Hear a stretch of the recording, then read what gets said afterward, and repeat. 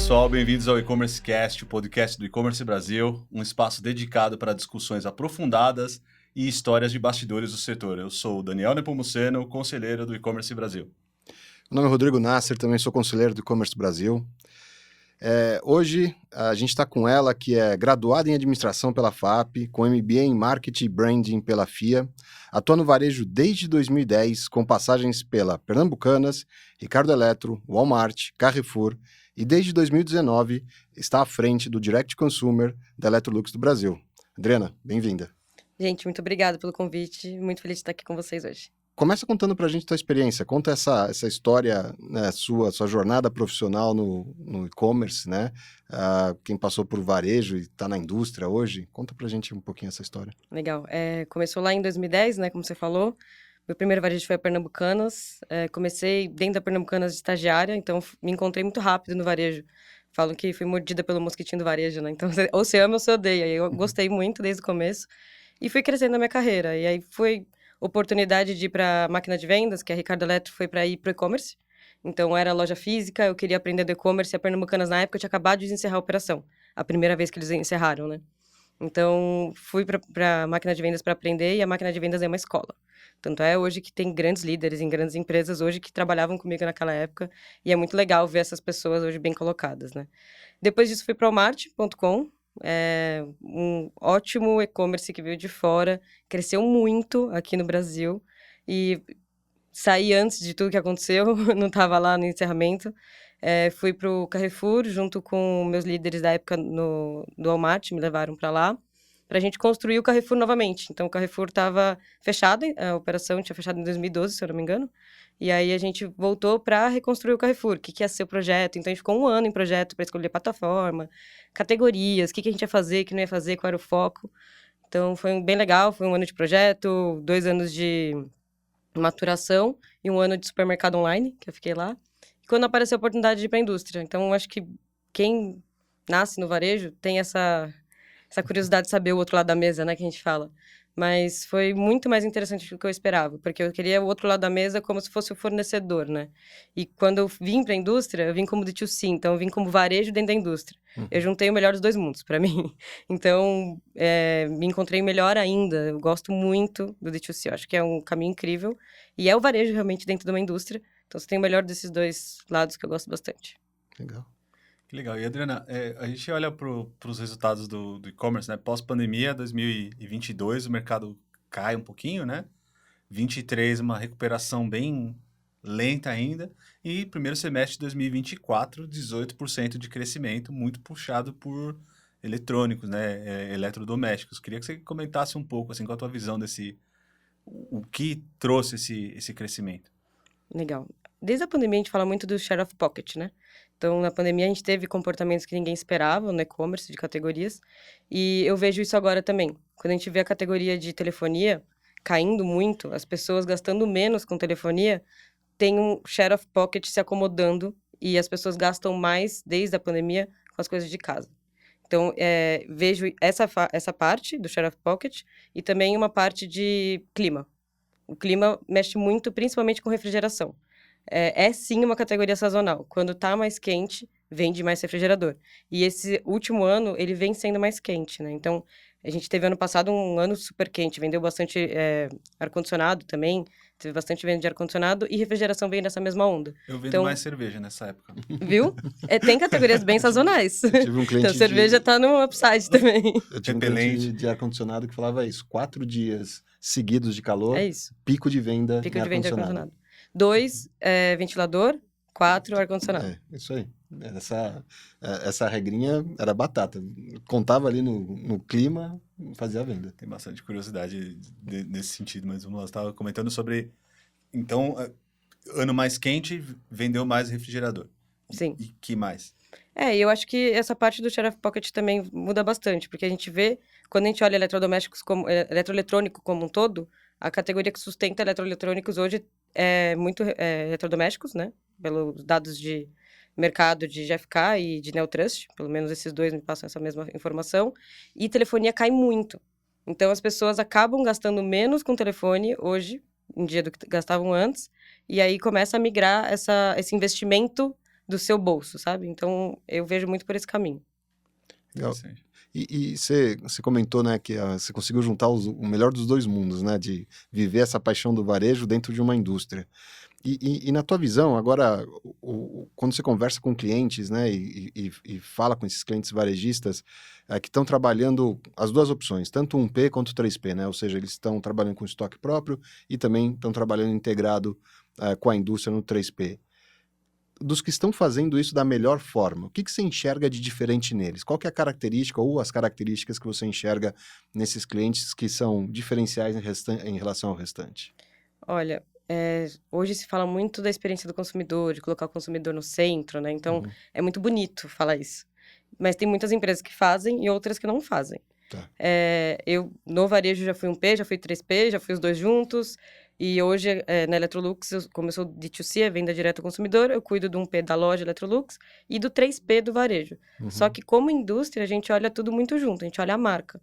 E, para mim, os cases de sucesso do varejo são quando as categorias olham integrado, 1P e 3P.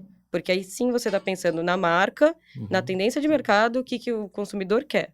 Então, não importa quem está vendendo, se sou eu, direto ao consumidor, se é um outro player de 3P, se é a marca, que é. Mas o importante é servir o consumidor com aquela marca, com aquele produto que ele quer. Então, no varejo, vai ganhar o jogo quem fizer dessa forma, na minha visão. Quem fica muito com o split apartado, começa a perder espaço para quem está fazendo unificado. É mais difícil. Uhum. É mais difícil você, dentro de casa, você fazer essa administração, né? Mas eu acho que é o futuro para você poder servir melhor o consumidor final. A gente, né, em diversas outras conversas que a gente está tendo nesse podcast, acho que tem ficado recorrente essa discussão sobre a maneira como o varejista está olhando porta para dentro e porta para fora, né? É. Eu estava... um case que a gente já falou algumas vezes aqui, que não tem nada a ver com a parte do varejo, que é a parte do o Itaú está passando por um processo de transformação gigantesco, digital e tudo mais, mas quando você pega o Pedro Moreira Salles, ele fala um negócio muito interessante. Ele fala assim, o Itaú ele era um banco de produto. Ele era uma empresa de engenheiros que eram fascinados pelo produto, então você tinha os melhores processos do melhor produto possível, com dados sobre pessoas por produto, nível de... E o cliente, óbvio que era importante, Sim. né? Só que lá dentro, a gestão inteira era focada no produto e não no cliente.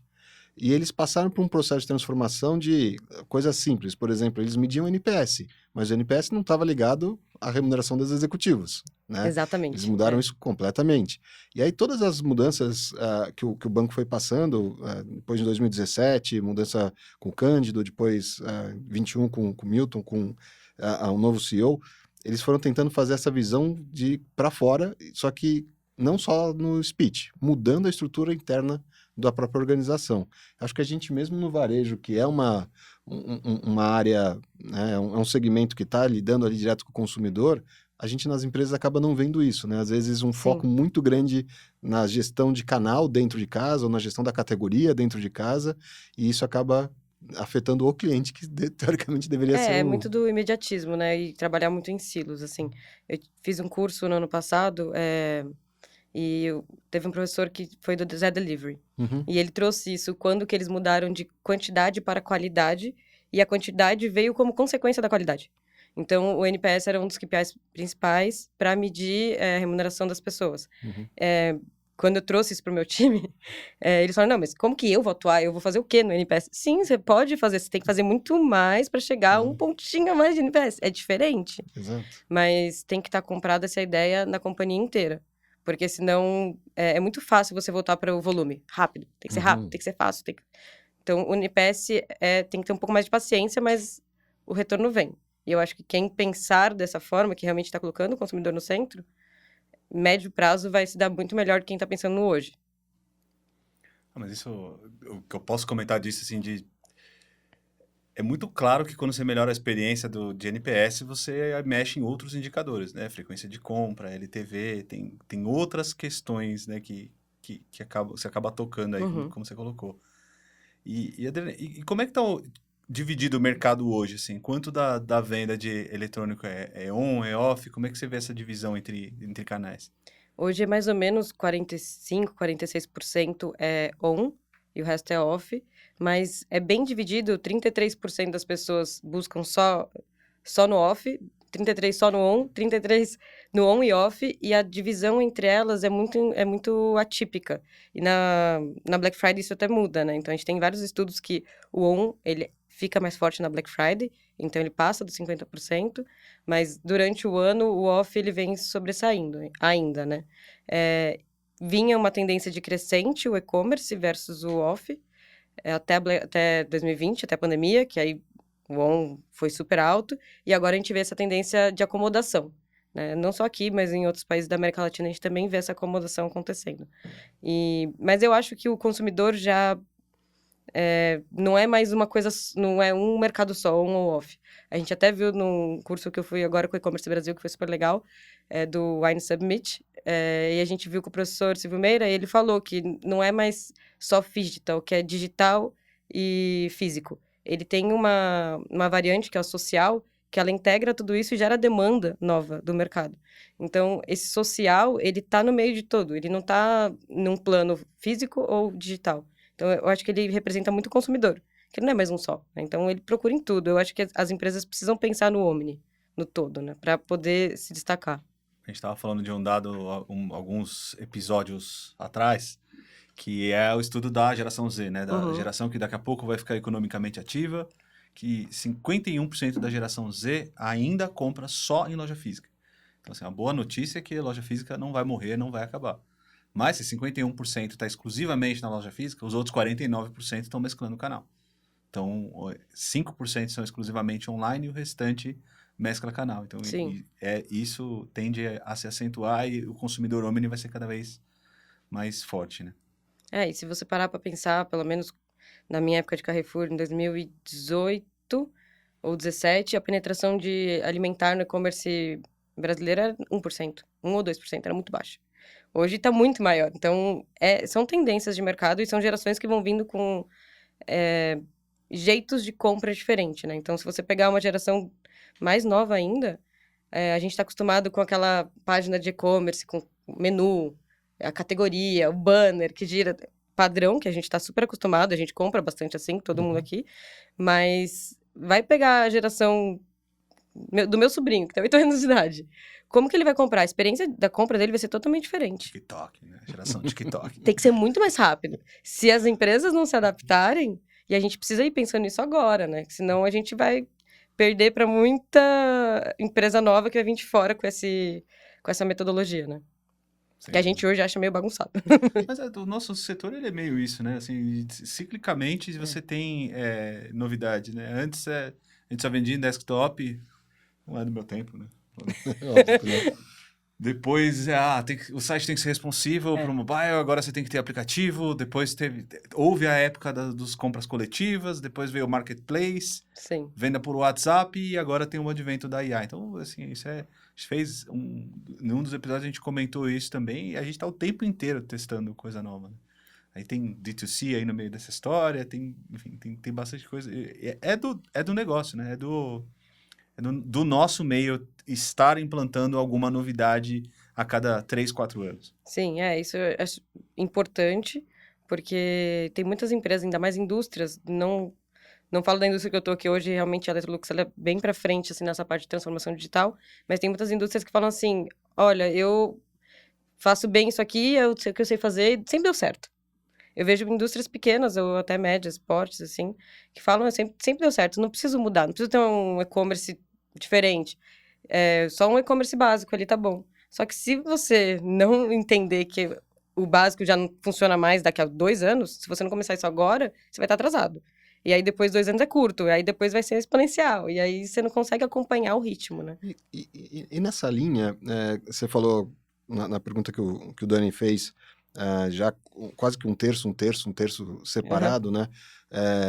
Mas olhando um pouquinho porta para dentro de casa, o que nesses 5 anos que você já está atuando com a indústria dentro de casa, e na tua experiência quando você estava no varejo, o que você viu mudar na indústria para permitir essa capacidade de também estar presente na venda direta, né? Porque vamos pensar 10 anos atrás, isso era impossível falar, né? Eu pelo menos, Nossa, eu contei essa história já uma vez, mas eu tive que brigar com Nike por dinheiro de trade market, porque a Centauro tinha parede para ela adesivar e a Netshoes não tinha. Até hoje a Nike tá brigando, né? Entendeu? Então assim, a pessoa dentro da empresa não enxergava o canal digital, né, Sim. da indústria, né? No meu caso, não enxergava o canal digital como canal. Óbvio que acho que esse exemplo meio específico deve ter mudado, mas uma outra indústria de beleza que eu atuei bastante, que eu trabalhei, a logística dela não estava preparada para fazer pedido menor. Era só packing grande, ela reconstruiu a visão de logística dela para conseguir atuar. O que você pode contar da tua experiência, tanto dos dois lados que você viu, que permitiu a gente ter essa quebra quase já de um terço, né? Ter realmente a empresa com vendas em todos os canais, distribuído dessa forma. Olha, no varejo, já estava muito mais enraizado o e-commerce. Tudo bem, em 2012 que eu comecei no e-commerce, ainda eram alguns tabus que tinha que quebrar, assim, mas a gente já vinha muito forte falando o que tinha que fazer, porque a gente olhava outros mercados, a Mercado Norte, por exemplo, e já falava como tinha que ser feito, né? Na indústria, até hoje, acho que é uma quebra de tabu, tá? Então, até hoje todo dia tem algum trabalho ali que você tem que Processo fazer. psicopedagógico ali. E a logística, para mim, é o principal. Quando eu entrei, eu falava assim, nossa, a logística deve odiar a gente. Porque é muito mais fácil você pegar um caminhão inteiro e mandar pro consumidor, né? Pro cliente final, né?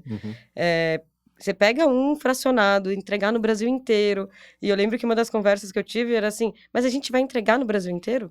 Sim! Ele, não, mas a gente não pode entregar só nas capitais? Não pode. Então não era a fumaça do flashback do varejo de 10 anos atrás voltando, você, meu Deus, é o flashback. Exato, é isso. Nossa, foi muito, teve muitas conversas assim. E até hoje, assim, tem uma área, tem que mostrar que tem que se estruturar. Então, eu sou muito da mentalidade assim, vamos executar, vamos comprovar, e aí não tem contrafatos, não há argumentos. E a gente consegue, implementar e escalar, né? Então, a gente sempre começa pequeno, a gente fala de descontrole controlado. Então, a gente sempre tem ali um descontrolezinho pra gente tentar controlar, deu certo, a gente consegue comprovar em business case pra ir pra frente. Que senão, não comprova, né? Então, é muito difícil, é disruptivo demais pra indústria. Mas, assim, algumas demoraram, né, pra começar. A Electrolux, graças a Deus, começou há bastante tempo. Mas tem umas que demoraram bastante pra começar a entender isso. Na tua fala, eu tô lembrando de algumas histórias que eu tô rindo, porque a gente, assim, fala um pouco de pets, né? Eu vou falar do Tenda, do meu atual empregador. A gente sempre vinha com essa, né? Teste empírico. Então, vamos fazer um piloto, né? O descontrole controlado, como você colocou. Fazer um piloto, a gente inicia manual e depois que o negócio ganhar escala, a gente automatiza. Isso eu consegui falar, acho que 2 ou 3 vezes. Na terceira vez, o head do financeiro lá, não pode automatizar, porque depois o negócio cresce, aí você vai querer automatizar, vai demorar pra caramba, eu fico sofrendo. No manual aqui. E isso que você coloca de, olha, a gente tem que estar preparado para daqui 2, 3 anos.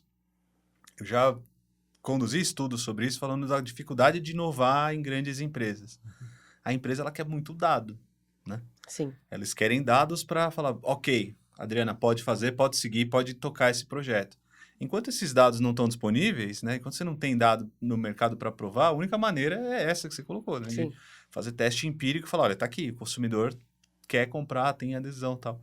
Você sente, hoje, na sua visão, qual que é a principal dificuldade de inovar nas empresas? Isso não falando do seu atual empregador, mas qualquer empresa, o que você vê de dificuldade, assim? Eu acho que a dificuldade tem muitos lugares com aversão a risco. E para inovar, você tem que ter risco. Você tem que arriscar, para você saber se você vai acertar ou não. O risco é lucro. Exato. Exato, o risco é lucro. Mas, assim, se você tá querendo inovar mesmo, é alguma coisa que alguém nunca fez, ou fez um pouco diferente, alguma coisa assim. Senão você tá fazendo igual o coleguinha. Para fazer igual o coleguinha, você pega o business case do coleguinha e faz um parecido. Ctrl-C, Ctrl-V. Exato. Então, se você quer inovar, eu acho que essa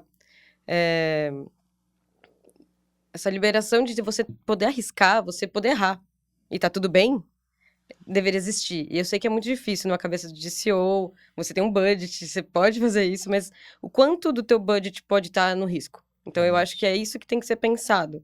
Quanto que você pode arriscar do seu budget? Chegou no meio do ano, arriscou já tudo que devia, segurou. Ou não, consigo mais budget. O que você consegue fazer, sabe? Então, eu acho que a aversão ao risco é o que deixa as pessoas e as empresas mais engessadas, assim. Você trouxe um ponto ótimo que quando a gente conversa hoje com muito conselho de administração de empresa, eles estão sofrendo para fazer exatamente isso que você está falando, que é enxergar os investimentos na empresa como um portfólio. Uhum. Então, é óbvio, isso é uma pesquisa, a KPMG faz uma pesquisa de inovação mundial todos os anos, e o capital investido das empresas mais inovadoras do mundo em coisas simplesmente operacionais, coisas de melhoria contínua e coisas transformacionais. Esse primeiro nível é 80% da mais inovadora do mundo. 80%. 80% está no improvement do processo atual. Depois, desses 80%, ela pega mais 15%, ela tem 15% a mais que está nessa camada 2. E só 5%, no máximo do máximo 10%, está no transformacional completo, nas empresas mais inovadoras. Essa visão de você criar uma governança onde você separa, gente, tá aqui, ó, esse dinheiro, igual num fundo de investimento, é retorno zero. Não vai ter retorno. É o dinheiro que eu posso trabalhar sem ter problema. Isso. Quando você faz isso, entrega para um time com a mentalidade de erro, de construção e tudo mais, você cria uma restrição, eles vão atrás de inovação. Eles vão atrás. E se você junta isso, um ciclo orçamentário, 2 ciclos orçamentários, 3 ciclos orçamentários, você cria essa mentalidade. E o que a gente descobriu ao longo do tempo? Tem uma pesquisa muito legal, que eu tenho feito já há quase 10 anos lá na Sampo. Se você itera isso frequentemente, esse desafio da transformadora vira o roadmap do pessoal de melhoria contínua. Então, a pessoa de logística que fala assim, cara, eu estou fazendo o dia a dia, eu tenho que melhorar custo, despesa, não sei o quê. Isso.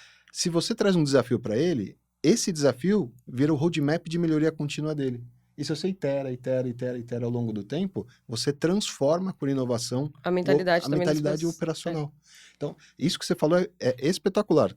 Ter uma governança, né, de separa, cara, que seja 1%, 2%, começa pequeno. Começa pequeno, exatamente. Mas deixa fazer o processo, né? É meu risco. Se der errado, eu vou perder esse dinheiro aqui. Esse dinheiro, exato. Isso que você colocou, eu já li estudos também nessa linha de que não dá para você ser inovador em empresas que têm uma tolerância baixa ao erro. Não, é impossível. Você pode falar que você quer ser inovador, que a gente quer fazer processos de inovação e colocar inovação na empresa. Mas depois do segundo ou terceiro cara que é desligado porque errou, ninguém mais quer inovar. Ninguém mais quer correr risco e etc. E isso vem de cima, né? Essa mensagem precisa estar muito clara. A empresa tem que estar... assim, aqui o Nasser foi falando aqui, você vai lembrando, né? Artigo 1, artigo 2, conceito 1, conceito 2. É até difícil organizar, mas eu fiz uma apresentação recente para o nosso conselho. Eles falaram, o que a gente tem de projeto de inovação? Eu li, sem sacanagem, acho que uns 15 ou 18 papers. Eu falei, primeiro, vamos aterrissar o que é inovação. É isso que eu ia falar, porque inovação, eu estava falando hoje com o meu time lá. O que é inovação? O que é inovação para você? Pode ser diferente para você, para você, então é bem diferente. Para isso não virar uma discussão, tinha lá um slide que eu explico o que é inovação, e aí eu explicava os 3 tipos de inovação, né? Inovação, a melhoria contínua, inovações transformacionais e as inovações disruptivas. E aí pegava cada uma delas, explicava e aí falava, e deixava muito claro, olha, algumas vão dar muito mais certo do que o que a gente colocou aqui, algumas vão entregar o planejado e algumas simplesmente não vão dar certo, não vão funcionar. E tá tudo bem. E tá tudo bem. E é isso, né? A gente tá aqui para isso mesmo. E não só tá tudo bem, a gente vai remunerar bem as pessoas que erraram nessa transformação que não deu certo. Pô, eu quero trabalhar nesse lugar. Porque você dá mais ainda liberdade e criatividade para as pessoas, né? Exato. Você não fecha as caixinhas, você deixa as caixinhas da cabeça toda aberta para as pessoas pensarem no além. E é isso que faz a inovação acontecer, né? Com certeza. É isso mesmo. Perfeito, gente. E aí, falando de novo de estudos, deu uma estudada um pouco nesse setor, Adriana, e uma das tendências que eu li são serviços de assinatura de eletrodomésticos, assinatura de eletrônicos. Alguns especialistas defendem que essa é uma prática mais sustentável, né? Então, eu não compro mais e descarto um bem, né? Outro dia eu estava vendo tem até um livro, né, que chama O Elemento Humano, lá, The Human Element, que ele fala, né, o cara quer comprar um sofá, por exemplo. O site, ele tinha muito acesso, ele tinha muita gente personalizando e não convertia. Aí, os profissionais de e-commerce, nós aqui, começam a estudar por que não converte.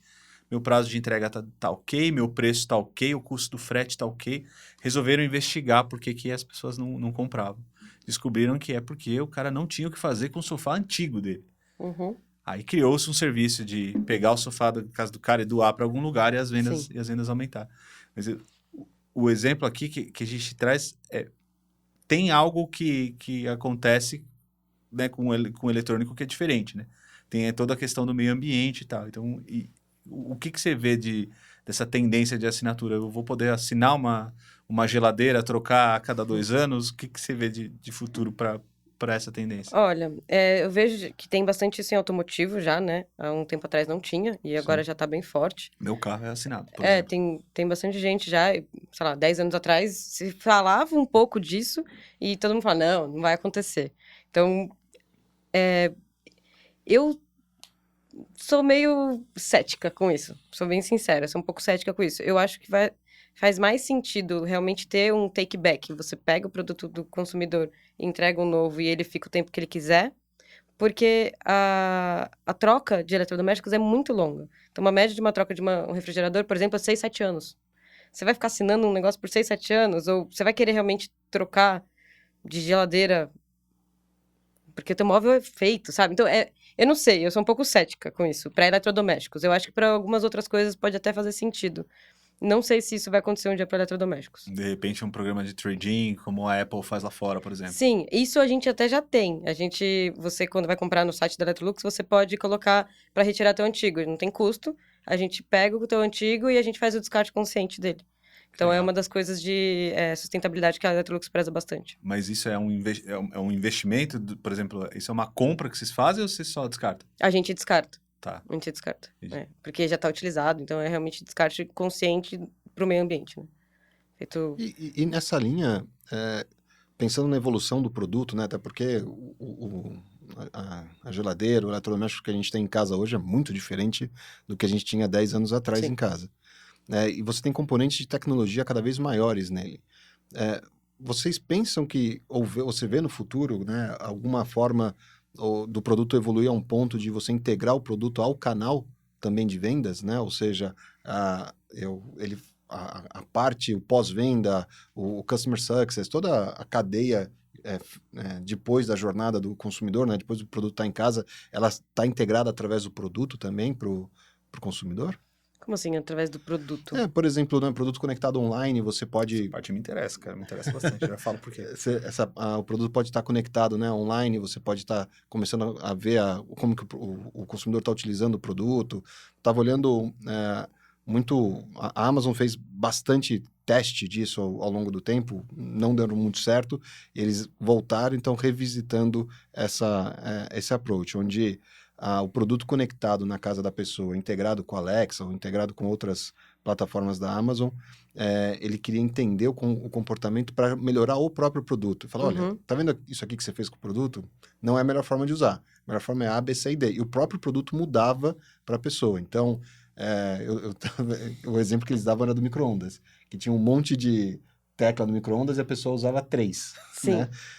Então, é o normal. Que é o normal, né? E aí eles começavam, o micro-ondas estava conectado, o micro-ondas, ele falou assim, tá vendo isso aqui que você escolheu? Esquece. Faz isso que você vai conseguir descongelar tal coisa. O micro-ondas começava a ensinar o usuário a utilizar o produto. Nossa. Não? Não. A gente, assim... A Electrolux, ela pensa em inovar dentro dos produtos. Então, por exemplo, tem uma geladeira nova que a gente lançou esse ano, que ela tem uma inteligência artificial dentro que ela mantém a temperatura e dura os produtos até uma semana a mais. Legal. E é bem legal. Eu tenho na minha casa, inclusive. E realmente funciona isso.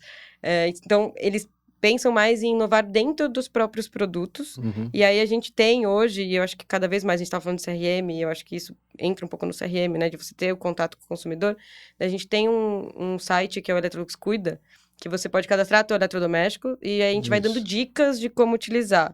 Mas, por enquanto, tá por aqui, assim, não é tão além.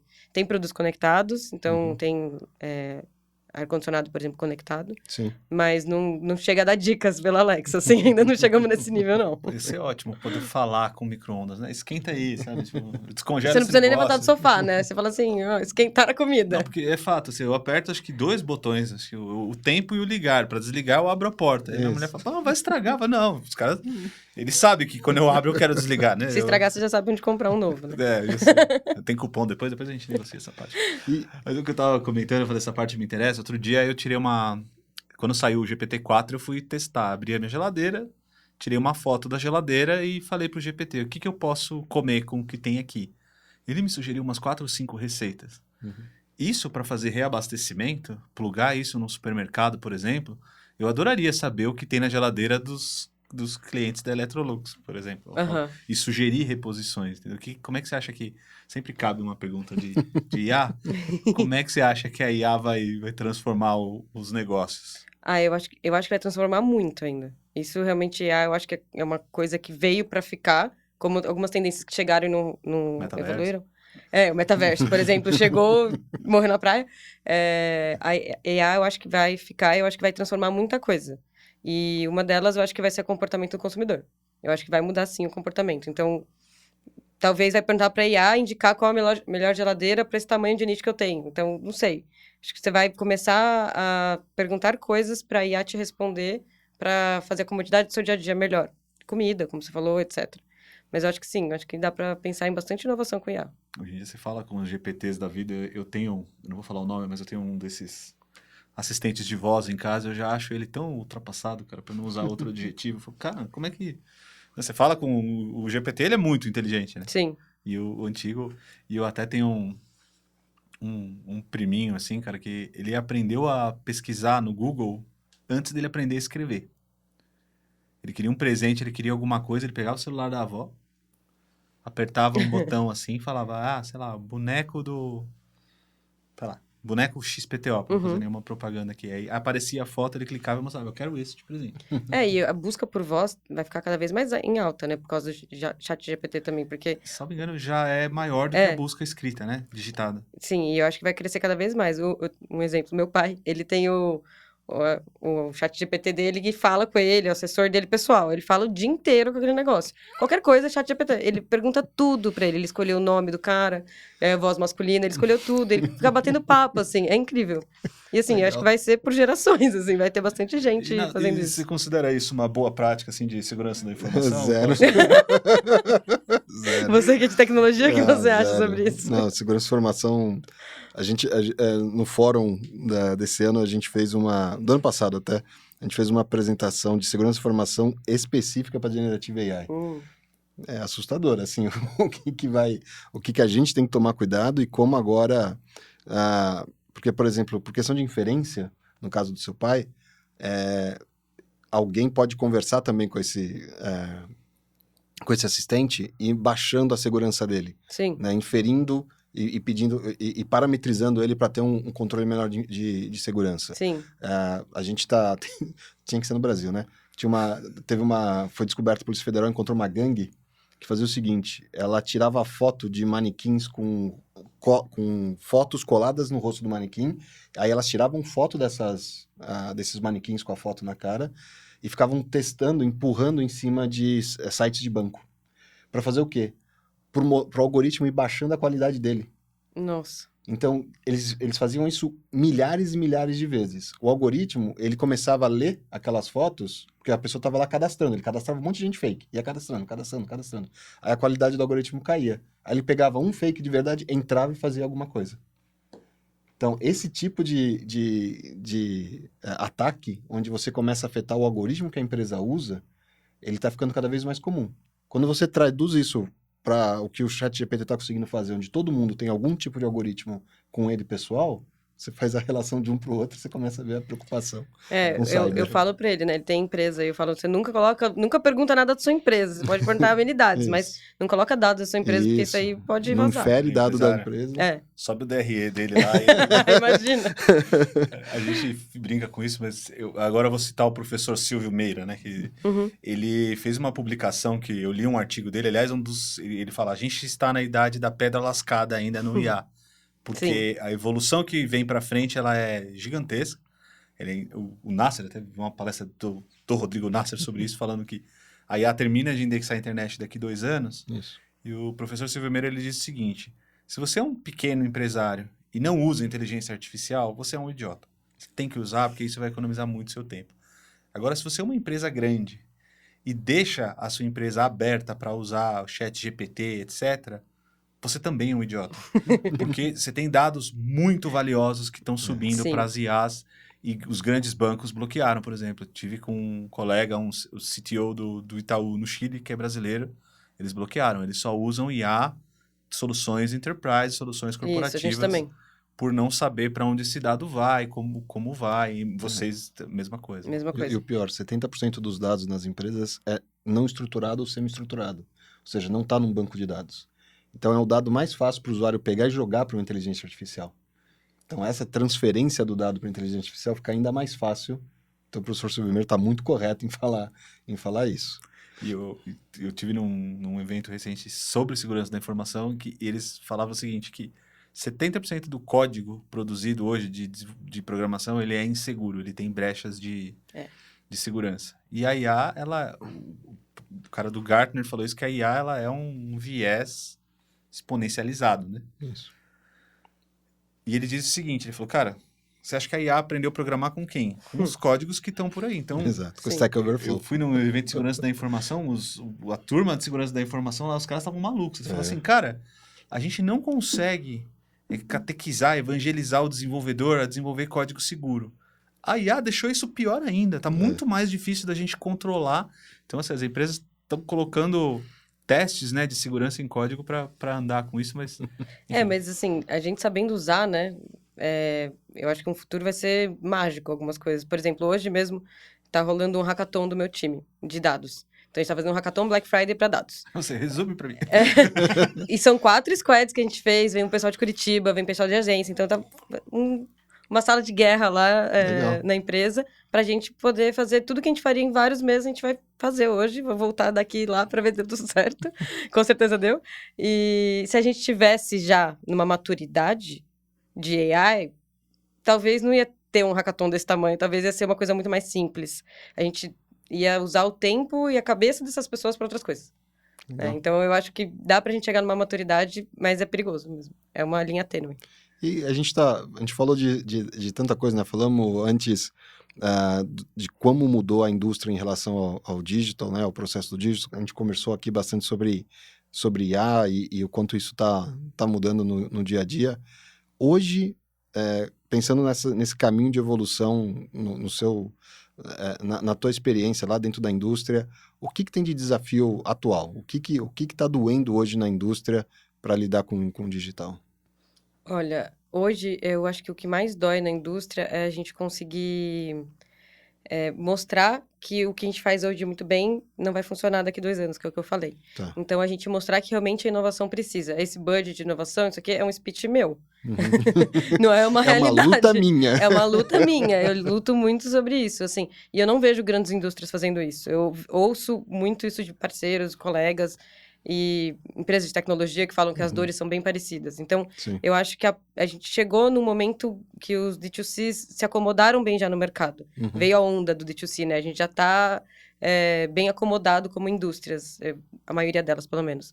E agora, qual que é o próximo passo? Se a gente não fizer um próximo passo, fazer a mesma coisa que a gente faz hoje vai ter o mesmo resultado. Tá bom, mas o mercado muda. Tendo o mesmo resultado, o nosso resultado começa a cair, né? Então, eu acho que essa é a maior dor hoje. É a gente mostrar que existe um próximo passo e que tá tudo bem ser disruptivo. A indústria precisa saber que pode ser que seja disruptivo. E a gente tem que investir nisso, sabe? Não é porque a gente já fez um digital, não é porque a gente está assim que acabou. Não, né? então é muito legal. Falando, não, mas vocês já estão fazendo bem, né? Tá tudo bem. Não, mas não pode estar tudo bem. A gente tem que se incomodar, sabe? Então, esse é o meu incômodo hoje. Eu acho que a indústria precisa gerar esse incômodo de novo. O time de digital, fazer essa transformação digital maior, porque fez até aqui. Tem que continuar, sabe? A gente tem que ficar... Acho que como digital, a gente tem esse papel de ficar instigando a empresa. Então, acho que esse é o principal desafio. É mais que digital, é a transformação digital, né? Mostrar e volta até perfil de colaborador. Então, a gente tem que trazer esse perfil diferente, a gente tem que mostrar isso para a empresa, não adianta comparar cargos, a indústria tem muito disso, com B2B, B2C, então não é a mesma coisa, não é o mesmo perfil, então é bem diferente isso. Isso que você está falando, assim, traz eu não ia citar o estudo inteiro, mas acho que a gente vai se beneficiar de trazer esse dado aqui. Tem um estudo que ele diz que 1/3 dos membros de conselho acham que a empresa precisa reformular suas fontes de receita, né? Precisa de novas fontes de receita, porque acredita que 1/3 da sua receita ela está sob risco de disrupção, sob risco de alguma startup entrar e ganhar market share. 70% dos executivos acreditam na mesma coisa, de que eles precisam reformular seu modelo principal de negócio, ou seja, o dobro, né, dos executivos, quem está mais próximo do negócio tem essa percepção muito mais aguçada. Porém, a maioria das empresas, como eu comentei antes, elas só tomam alguma ação quando elas têm o dado disponível. E quando o dado está disponível, pode ser tarde demais, né? Talvez você não tenha... E isso conecta muito bem com a próxima pergunta aqui, o que você vê que a indústria já amadureceu e o que ainda falta amadurecer? Assim, o que fez chegar até onde chegou e o que ainda precisa evoluir? Eu acho que o que fez chegar até onde chegou é olhando muito outras indústrias do lado também, vendo que tinha espaço para crescer, tinha espaço para a marca como um todo, sabe? Então, acho que isso foi bem importante para chegar na maturidade de hoje do mercado. Mas eu acho que ninguém está muito preparado, nem os varejistas nacionais aqui, que a gente tem bem fortes, para que vai vir de asiáticos. Então, acho que a gente vai vir numa onda de asiáticos que a indústria também não está muito preparada. Então, hoje, qualquer indústria aqui, você produz e você empurra. Então, eu tenho esse copo, eu vou empurrar para você. Você vai comprar esse copo porque eu tenho esse copo. Compra esse copo. Você não vai me falar qual copo você quer e eu vou produzir para você. Que é o C2M, né? Que é o contrário. É o Consumer to Manufacturing. E isso está muito forte na Ásia já. Isso, se a gente conseguir começar a fomentar aqui no Brasil, eu acho que sim, isso vai começar a mudar para a indústria. Mas é muito disruptivo falar que a gente vai deixar em aberto para você escolher a sua geladeira e a gente vai produzir uma geladeira para você, assim, bem fora da caixa. Mas as indústrias... personalizada com imagens Como do você Romero quer. Brito. Do it yourself. Mas no vestuário isso está acontecendo. No né? vestuário O push começa a acontecer. e versus o pull na cadeia começa a acontecer bem forte, né? A gente tem os asiáticos... E se você óbvio, falasse fazendo sobre isso 5 anos atrás, alguém ia falar que ia dar certo? Então, essa é a minha provocação, muito de o que os asiáticos vão trazer para cá. Eu acho que para nossa geração não vai mudar tanto, mas para uma próxima geração acho que vai estar bem diferente. Isso, um dos episódios a gente entrevistou o Eduardo Galanternick, né, que é do Magazine Luiza. E eles estão com uma parceria grande, né? Eles vão publicar os itens do Alibaba dentro do Magalu e eles também vão subir os itens deles e provavelmente os de vocês também, lá dentro do AliExpress. Isso que você está dizendo, anos atrás eu conversei com um player chinês para a gente fazer esse movimento, né? E aí eu comentei com o cara, falei, como é que você me garante estoque? Aí ele falou, que estoque? Eu falei, como assim que estoque? Ele falou, não, cara, você vai vender o produto, vai chegar, eu vou fabricar. Eu falei, você não tem o produto? Não, a gente não tem. Eu falei, quanto tempo você fabrica? Ele, um dia. Em um dia ele fabrica e despacha. Ele desafio... Falou, você trabalha com make to stock ainda? Para! Que old school! E aí você vai negociar com esses caras, por exemplo, do copo que você falou. Fala assim, eu quero um copo igual esse aqui. Ele, igual custa $5. Você fala, eu quero pagar $1. Então, com $1 eu tiro esse friso aqui, eu mudo o material e eu consigo fazer um copo por $1. E, cara, e é isso. E você vai ter o copo. Interessantíssima essa visão que você trouxe, assim, repete o termo, por favor. C2M. C2M. Customer to Manufacturing. Que foi exatamente a visão do Jack Ma, quando ele criou o Alibaba, né? Ele pensou, ele viu todo mundo indo na China, comprando, importando para os seus países, vendendo e ganhando dinheiro. A visão dele foi, eu queria juntar todas as empresas da China, ainda não sei como. E aí ele fez isso, desintermediou cadeias e cadeias e virou o que virou. Né? E, poxa, a gente falou de... essa força, talvez, né, da entrada dos asiáticos, talvez vão ensinar bastante para a indústria, né? Sim. E que mais? Que mais que você vê de futuro para o seu segmento em específico, né? O segmento de eletrodomésticos, de eletrônicos, o que você acha no Brasil que a gente vai ver de mudança nessa experiência com o consumidor nos próximos 2, 3 anos? Eu acho que a indústria e o varejo estão cada vez mais focados também em CRM. Tá. Então, acho que a gente vai ter uma relação melhor com o consumidor como um todo. Vai aprender a falar com o consumidor, que hoje e-mail marketing não é CRM, né? Mas a gente entende como isso. Então, a gente aprender a falar com o consumidor e ter essa troca, acho que vai ser bem importante. Falando de curto prazo, né? 2, 3 anos aqui. Troca de informação entre varejo e indústria? Ter uma troca, não sei, até, por exemplo, uma dúvida por WhatsApp, um consultor pessoal. Entendi. Não sei em qual nível que vai ser. Mas essa aproximação dos Essa dois. aproximação realmente com o consumidor, não venda do D2C, tô falando consumidor com a marca, tá? Claro. Então, acho que isso vai acontecer. E eu acho que o consumidor vai começar a trocar um pouco mais, eu vejo, tá, dessa forma, trocar um pouco mais de produto, porque a cozinha começou a fazer cada vez mais parte da casa, né? Então, eu acho que ainda vai vir uma onda de trocas de eletrodomésticos importantes. E o design vai fazer muita diferença. Eu vejo que hoje a gente vê nossos refrigeradores, fogão, as pessoas querem que eles sejam bonitos, não é mais a cozinha, né? É a casa. Então, a casa, a cozinha virou parte da casa, né? E a gente fala muito isso na Electrolux, a casa bem vivida. Então, a cozinha é a casa. E eu acho que isso ainda vai vir uma onda de trocas para produtos com design bonitos, assim. As pessoas querem isso. Que acaba sendo decorativo também, né? Legal. Acho que é isso, né? Bom, gente, Adriana, só agradecer. Obrigada a vocês, foi muito legal, adorei estar aqui com vocês. Que bom. Que bom, a gente também se preocupa muito com a experiência do nosso usuário aqui, né? Que é o entrevistado. Bom, gente, esse foi o E-Commerce Cast, podcast do E-Commerce Brasil. Hoje nós estivemos com a colega Adriana Orsi. Esse episódio está disponível em todas as plataformas. Fiquem ligados, valeu e até a próxima. Valeu, gente, obrigada.